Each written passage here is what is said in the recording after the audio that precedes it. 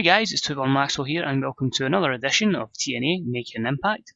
This is episode 61 as we begin our run now to TNA's second biggest pay-per-view of the year, in my opinion anyway, and that is TNA Lockdown. Some people have Slammiversary higher, which is understandable, but I just feel there's something special about Lockdown.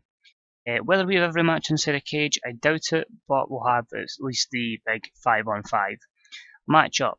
So today we've got 17 segments. It's a little bit of a filler show with the main event, but the rest of it is really getting storylines over, getting new characters across, and yeah, we'll explain stuff as time goes on. So as always, thanks for watching. Here we go. So it's 6,026 people in the Magnus Arena, and we start the show with Karlee coming out, and she says, "Randy, you know, I was the first 50% owner here. You've come in here and you're effectively stepping in front of me, getting in my way. I have a new signing on the way.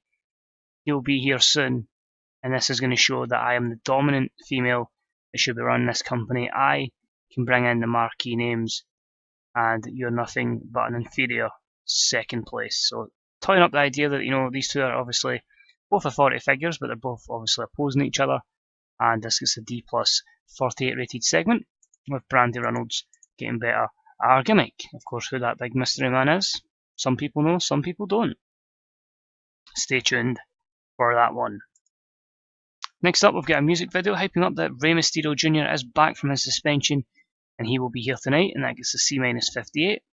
Are we taking any odds in the comments section below how long we think it will be until Rey is busted for steroids yet again? Next up, in a poor match, after discussing it with you guys, we're going to go with Argenis. Defeated DJ Zimaion in 7:45 with an SI moonsault, a D+48. It's a good win for the X Division champion. As I said, a lot of people said that's how it's pronounced from Lucha Underground. I haven't had a chance to catch up with Lucha Underground, actually. I think I'm a season behind.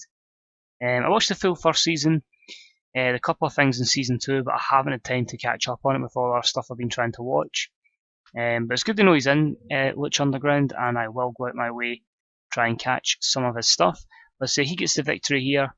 Argenis seemed off his game though. The announcing quality lifted the match.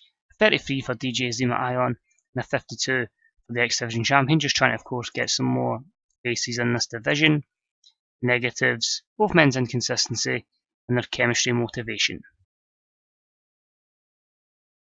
Next up, we've got a hype video for our newest knockout, which is of course Liviana, who made her debut at the last pay-per-view, Victory Road, just saying, you know, she's going to be in action tonight, and this is what we can expect from her. And that was an E-22.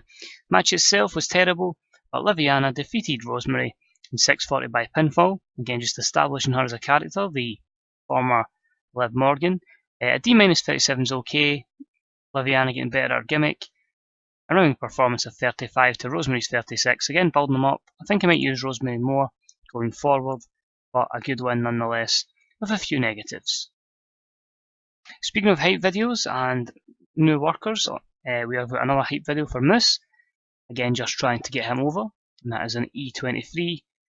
And his matchup was pretty poor as well. It was a terrible matchup that saw him defeat Caleb Conley in 4:15 with a running clothesline. This got an E+31. Moose, however, is getting better at his gimmick.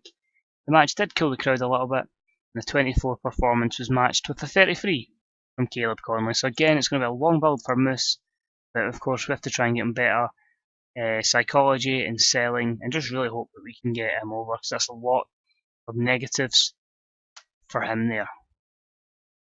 Next up, we're backstage and we see Davey Richards, who's been knocked out. We haven't seen who it is that's attacked him, but we just see Davey Richards is out of nowhere. He's just been assaulted, and we're left with a lot of questions of who could have done it. That is a C62. And just out of coincidence, and about that had some good wrestling and a decent reaction from the crowd, we then see Eddie Edwards defeat Mike Bennett in 11:02 with a cross-legged Fisherman's Buster, Miracle losing to the other American Wolf. A very solid C+69 from these two, a 70 for Eddie Edwards, and a 61 for Mike Bennett. And of course, because of this, I've made a mistake there. It shouldn't be Eli Drake, it should be Eddie Edwards. But basically, Mike Bennett and Brian Cage run down and they beat Eddie Edwards down. So obviously Bennett unhappy that Eddie Edwards has won, so his pal Brian Cage comes in and beats him up as well.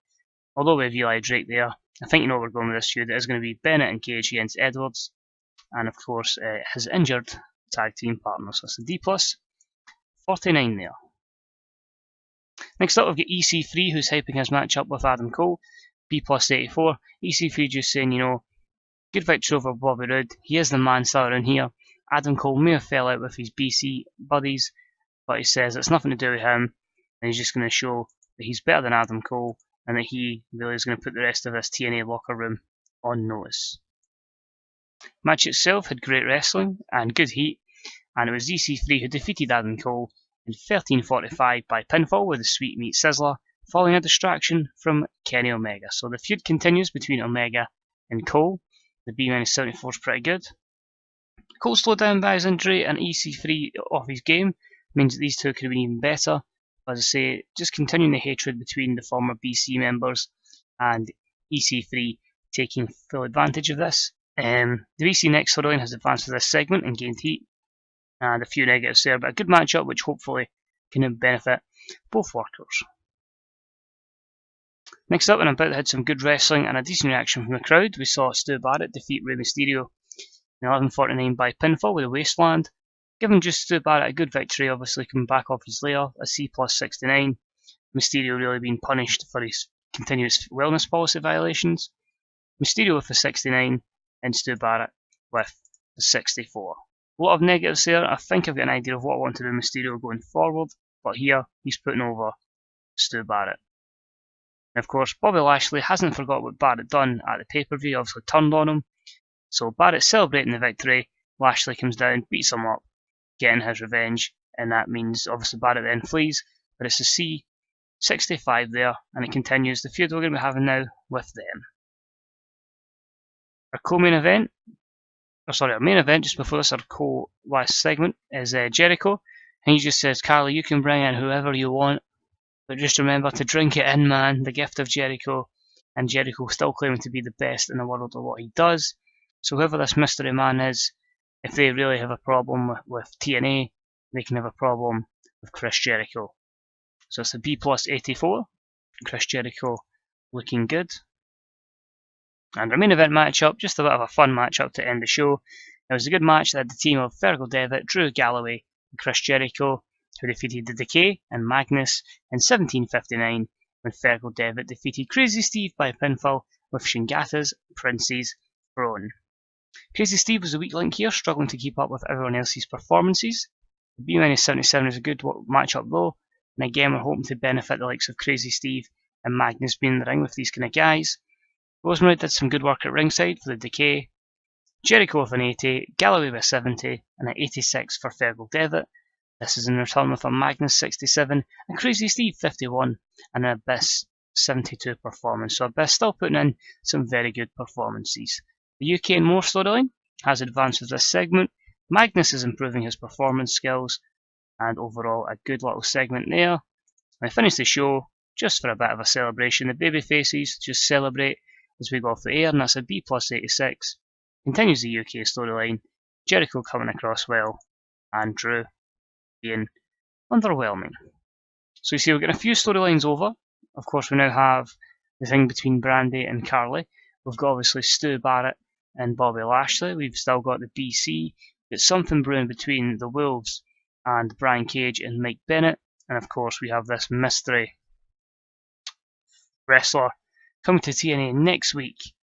And Chris Jericho could have a problem with them. At least I think it's next week. If it's not, I'm going to sound really stupid. I think his contract signs for us next week, so it should be good. Oh, Tanahashi with an injury, but TNA Impact was excellent. We struck gold with the show. As I say, we're continually improving in every region we're in, so that's always good to see. Right, we need to try and give EC3 a contract quickly as possible. We'll do that just now. Of course, we have to go written with EC3. 3-year deal because I'd like to keep him for a long period and just get rid of this signing on bonus. Hopefully he should sign. No problems. If he doesn't, we're in trouble. A good 3.98 rating. Shibata, we'll go and give him his push just now. In fact, no, we won't because that could spoil who's appearing next week. As I say, momentum continues to rise. Prestige is still in a good position. And you see our size, we're getting close to those 60s. So it's just continuing on at this pace and heading on well. So I'm going to say thank you for watching, guys. It's been a pleasure as always. I hope you enjoyed the episode. If you've got any ideas for what you think the card could be for Lockdown, who you would like to see in the 5-on-5 matchup representing both Karlee and Brandy Rhodes, let me know. Remember, Karlee's the heel, Brandy Rhodes is the babyface, so let me know who you would like to see in those 5-on-5 teams. I will try and keep up to scratch with the usual schedule of Friday and Tuesday. Tuesday might be a little bit delayed. I'm away a weekend. I've got a wedding reception. I've got my birthday, and then I've got Man United game on the Sunday. So if I can get it ready and recorded Monday night, we'll be jamming. If not, there might be a small delay, and it'll be the following Friday. As always, thanks for watching. It's deeply appreciated. Any comments, likes, subscriptions, and shares, all that jazz is all deeply appreciated. And of course, you can catch other people's stuff, as I say, on the old YouTubes. You can see that stuff on the Grey Dog Software Forum, and of course, the old Fantasy Bookers subreddit. Some hell of a good guys there. But thanks always for watching. See you soon. Bye bye.